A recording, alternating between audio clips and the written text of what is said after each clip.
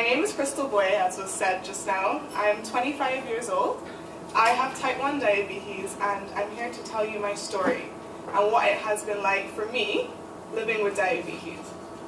I was diagnosed on the morning of January 18, 1998, just 1 month shy of my 11th birthday. I went to the doctor for what I thought was a regular checkup, but it turned out that this day was the day that would change my childhood as I knew it. In the months prior to my diagnosis, I had the typical diabetes symptoms. I was tired, listless, lost a lot of weight, had frequent urination, and extreme thirst. I was immediately rushed to our local hospital in Barbados, where I was educated about how to manage my disease. And from what I can remember during this time, I was very calm. "You will have to take daily injections," said the nurse. "Okay," I replied. "You would need to eat healthy and exercise as well," she said. "Okay," I replied. "I will do whatever I need to do to cure this disease," I exclaimed, because I thought, I could cure it and then leave the hospital. But little did I know that the routine she was giving me would be my daily routine for life. If you knew me as a child, I was very active, outgoing, athletic, friendly, and had an overall joy for life. Growing up with diabetes was not easy, and I struggled in many ways. At school, high and low blood sugars seemed to control my life, and as a result, I did not perform to my full potential. I eventually repeated my 4th form year due to being in the sick room almost every day, and to make it worse, my teachers thought I was faking. Okay. Sigh. Without my teacher. I went on to do moderately well at our CXC examinations and went to the Queen's College School. Here I studied biology, geography, and environmental science, and eventually ended up at the University of Toronto and graduated with a degree in environmental sciences. Although I am proud of all of these accomplishments, every step of the way there was struggle. Struggle to stay on top of schoolwork, take part in extracurricular activities, and manage a disease that is almost like a full-time job. That's the thing about having a chronic illness. Life does not wait or give you an easier path to follow because of it. When you step out into the world of work or school, you are judged equally. At home, I often felt like I would compare myself to my other family members, especially my younger sister Kayla. Why me? Why did diabetes pick me? This often led to lower self-esteem and sometimes even depression. And to my sister, I know on her end, it left her feeling abandoned. My struggles often took away the attention she needed growing up. Being a burden. Are all of my health struggles an inconvenience to my parents? Am I too much of an expense? Going out with friends. I often would try to hide the fact that I was diabetic. I felt like if my childhood acquaintances knew, they would not want to be my friends. I felt like I had to work harder, be funnier, and be nicer, and tell funnier jokes just to be on the same level as everybody else. Exercise. I knew this was important, but how am I supposed to do it if my sugar levels keep dropping? Fear of sleeping. Frequent low blood sugars, known as the dawn phenomenon, used to haunt me in the middle of the night. I would often have to make a journey to the kitchen for some food to bring my sugar levels up. I would tiptoe as soft as I could. I didn't want to wake the rest of my family. I tried to hide what I was going through, and my worst fear, would I even wake up? Fear of getting a general cold or sickness. I struggled to keep my sugars stable on top of life's demands. Sickness just made them go even more haywire. Fear of being accepted. Would people see me first as a diabetic and then as Krystal? Eating out. How am I supposed to count the number of carbohydrates in this meal if I didn't even cook it?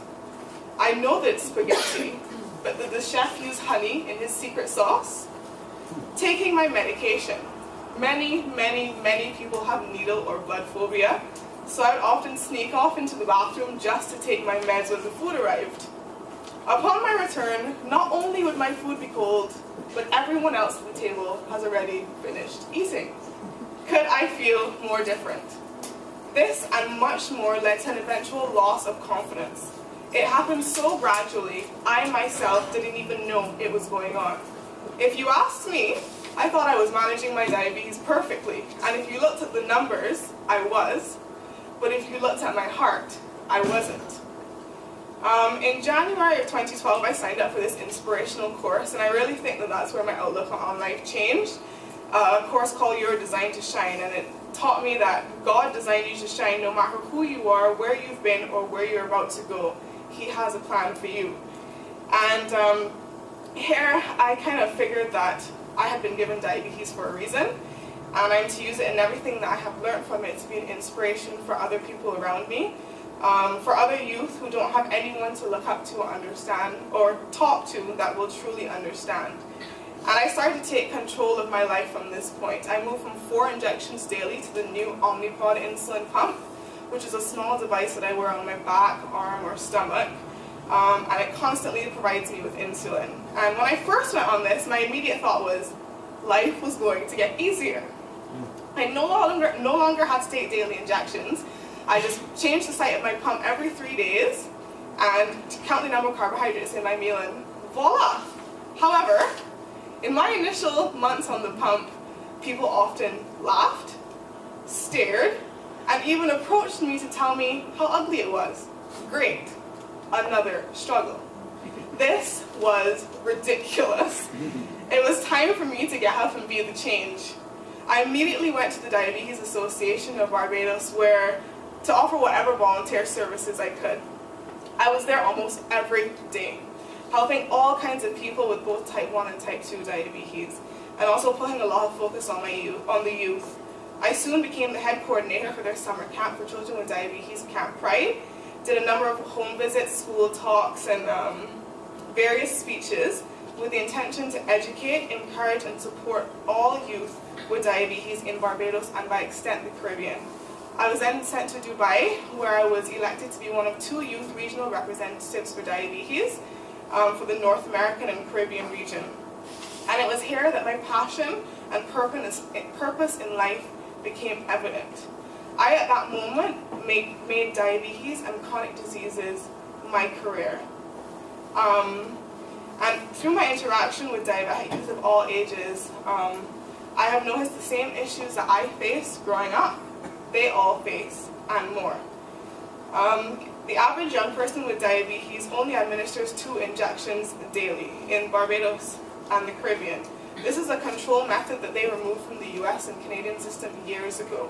In order to be properly managed, 4 injections a day are recommended. However, in order to achieve this, many things need to change first. The mentality of the people. They need to want to do what's best for themselves, regardless of the short-term pain it brings. The school system. If a child is too young to administer their medication at school, they would need help from a nurse, except none of the public schools in Barbados have nurses. Supply of insulin. The insulin which is needed for more multiple administration is not available on the formulary, causing families to have to choose between better insulin, which is more expensive, and the cheaper kind so they can have more pocket money. Unfortunately, in my case, type 1 diabetes cannot be prevented or cured as yet, and therefore my behavior when I was pre-diagnosed could not have changed the inevitable. However, my behavior and lifestyle now that I have been diagnosed can significantly impact my future. I therefore would like to encourage all young people who are affected by a non-communicable disease. Whether you are personally affected or know someone who is, you have one life to live, and you need to live it as best you can. Make the right decision today. Brett Michaels, Mary Tyler Moore, Halle Berry, Nick Jonas, and Anne Rice are all huge role models here in the United States. And what do they all have in common with me? They all have type 1 diabetes. I truly believe that the young people of the Caribbean can be role models for the rest of the world, and I am willing to start the trend by being the face of NCDs and go out and motivate and encourage all affected youth to become more active, to develop a regional website where people with NCDs can meet friends, chat, share experiences, and talk to experts, to work with each Caribbean island to develop their youth arms, and for the region to work together as a team to have a biannual, motivational, educational, team building and leadership conference for youth similar to the one I attended in Dubai. To close, I would like to thank PAHO, the Diabetes Association, and the Healthy Caribbean Coalition for providing me with the opportunity to speak at this forum. I look forward to working with the WHO, PAHO, and the CARICOM Secretariat in executing my ideas. Thank you.